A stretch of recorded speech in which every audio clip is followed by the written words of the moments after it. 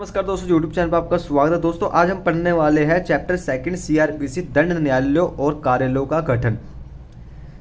Section 6 जो कहता है कि दंड न्यायालयों का के वर्ग क्लासेस ऑफ क्रिमिनल कोर्ट्स उच्च न्यायालयों और इस संहिता से भिन्न किसी विधि के अधीन गठित न्यायालयों के अतिरिक्त प्रत्येक राज्य में निम्नलिखित वर्गों के दंड न्यायालय होंगे। हर राज्य में होंगे सेशन न्यायालय, प्रथम वर्ग न्यायिक मजिस्ट्रेट और किसी न्याय महानगर क्षेत्र में महानगर मजिस्ट्रेट, तीसरा द्वितीय वर्ग न्यायिक मजिस्ट्रेट, चौथा कार्यपालिक मजिस्ट्रेट।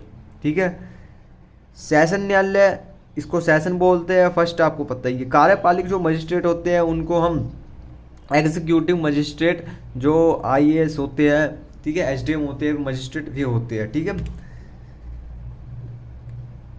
सेक्शन 7 बोलता है कि प्रादेशिक खंड टेरिटोरियल डिवीज़न, प्रत्येक राज्य एक सेशन खंड होगा या उसमें सेशन खंड होंगे और इस संहिता के प्रयोजन के लिए प्रत्येक सेशन खंड एक जिला होगा, उसमें जिले होंगे।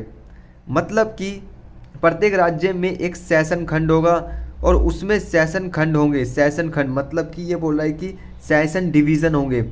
सेशन डिवीज़न में हर सेशन डिवीज़न में एक डिवीज़न होगा छोटा, ठीक है, डिस्ट्रिक्ट बोल सकते हैं। ओके, सेकंड बोल रहा है कि राज्य सरकार उच्च न्यायालय के परामर्श से, भाई जो राज्य सरकार होती है वो हाई कोर्ट के परामर्श से वो क्या करती है, कंसल्टेशन करके राज्य सरकार वहाँ पे और जिलों में कोर्ट खोल सकती है। ठीक है, सेशन कोर्ट को बढ़ा सकती है कि भाई और कोर्ट की जरूरत है, और कोर्ट बनाए और खंड बनाए और डिवीज़न बनाए, तो ये हाई कोर्ट बोलता है राज्य सरकार को। थर्ड पॉइंट है, राज्य सरकार उच्च न्यायालय से परामर्श के पश्चात किसी जिले को उपखंडों में विभाजित कर सकती है और उससे ऐसे उपखंडों की सीमाओं का या संख्या में परिवर्तन कर सकती है। किसी राज्य में इस संहिता के प्रारंभ के समय विद्यमान सेशन खंड, जिले और उपखंड इस धारा के अधीन बनाए गए समझे जाएंगे। मतलब कि जो भी सेशन डिवीज़न होगा या डिस्ट्रिक्ट होगा या सब डिवीज़न होगा, ये सब बनाए जाएंगे, ये सब इन्हीं सेक्शन के हिसाब से बनाए जाएंगे। ठीक है, सेक्शन 8 क्या कहता है, महानगर क्षेत्र मेट्रोपॉलिटन एरिया, राज्य सरकार अधिसूचना द्वारा घोषित कर सकती है कि वहाँ पर जिस भी राज्य जहाँ पर भी 10 लाख से ज़्यादा संख्या है महानगर क्षेत्र होगा। और जैसे कि मुंबई, कलकत्ता, मद्रास, अहमदाबाद नगर, ठीक है, ये महानगर घोषित समझे जाएंगे। और यहाँ पे राज्य सरकार अधिसूचना द्वारा महानगर क्षेत्र की सीमाओं को बढ़ा सकती है, कम कर सकती है और परिवर्तन भी कर सकती है। कमी और परिवर्तन जब ही किया जाएगा जब जनसंख्या 10 लाख से कम रह जाएगी।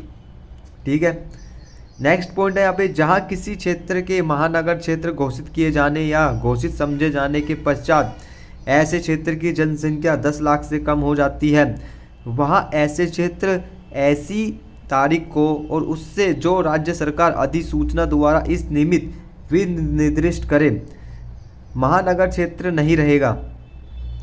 इसमें ज़्यादा कुछ नहीं है, बस ये याद रखना मेट्रोपॉलिटन एरिया जो होता है वो 10 लाख से अधिक होता है। ठीक है, सेक्शन 8 में यही बताया गया है। नेक्स्ट आ जाते हैं हम सेक्शन 9 सेशन न्यायालय, कोर्ट ऑफ सेशन। राज्य सरकार प्रत्येक सेशन खंड के लिए एक सेशन न्यायालय स्थापित करेगी। The state government shell establish a court of session every session division. ठीक है, सेशन न्यायालय होते हैं, सेशन कोर्ट होती है, आपने देखा होगा।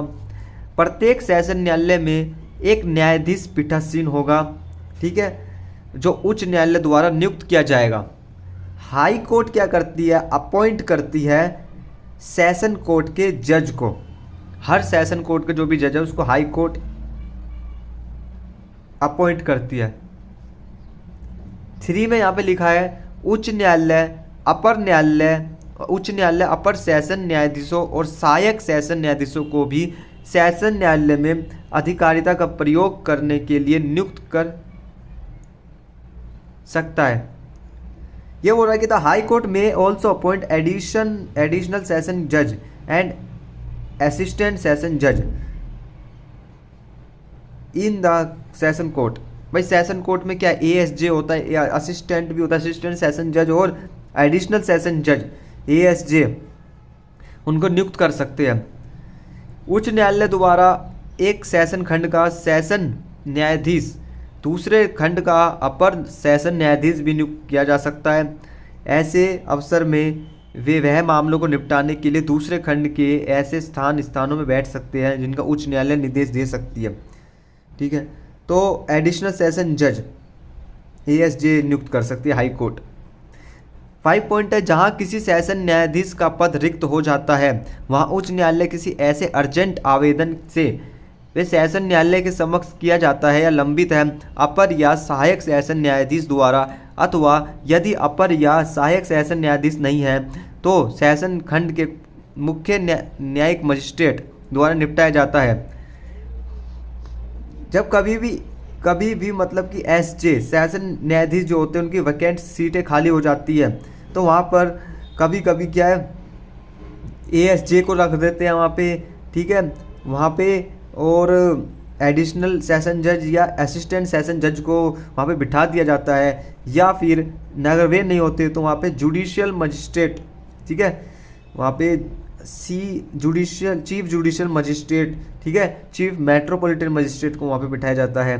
ठीक है, तो वहाँ पे ये 6 पॉइंट यहाँ पे बोल रहा है कि सेशन न्यायालय सामान्य अपनी बैठक ऐसे स्थान या स्थानों पर करेगा जो उच्च न्यायालय अधिसूचना द्वारा विनिर्दिष्ट करे, किंतु यदि किसी विशेष मामले में सेशन न्यायालय की यह राय है कि सेशन खंड में किसी ऐसे अन्य स्थान में बैठक करने से पक्षकारों और साक्षियों को सुविधा होगी तो वह अभियोजन और अभियुक्त की सहमति से उस मामले को निपटाने के लिए उसमें साक्षियों की परीक्षा करने के लिए उस स्थान पर बैठ सकता है। इसमें ज़्यादा ठीक है, तो आपको सेक्शन आपको पता चल चुके हैं 6, 7, 8, 9। 6 में क्लासिफाइड किया गया है 4, ठीक है, सेशन न्यायालय, ठीक है, प्रथम वर्ग न्यायिक मजिस्ट्रेट, दूसरे में द्वितीय न्यायिक मजिस्ट्रेट, कार्यपालिक मजिस्ट्रेट। 7 में प्रादेशिक खंड जिसमें बताया गया है कि आपको पता होना चाहिए टेरिटोरियल डिवीज़न, मतलब डिवीज़न यहाँ पे जो भी अगर डिवीज़न आप नए डिवीज़न जो बनते हैं, हाई कोर्ट क्या करती है, राज्य सरकार को परामर्श करती है कि हमें और डिवीज़न बनाओ। महानगर मेट्रोपॉलिटन जो एरिया होता है 10 लाख तक होता है, 10 लाख से अधिक का। सेशन न्यायालय आपको पता चल गया होगा, सेशन न्यायालय में जो जजों की नियुक्ति की जाती है हाई कोर्ट करते हैं, ठीक है। और कहाँ पे इस एडिशनल सेशन जज सबसे पहले एसजे होता है, सेशन जज, एडिशनल सेशन जज, असिस्टेंट सेशन जज। तो ये तो सेक्शन आपको समझ में आ गया होंगे, रीड आपने कर लिया तो ना मिलते हैं नेक्स्ट वीडियो में।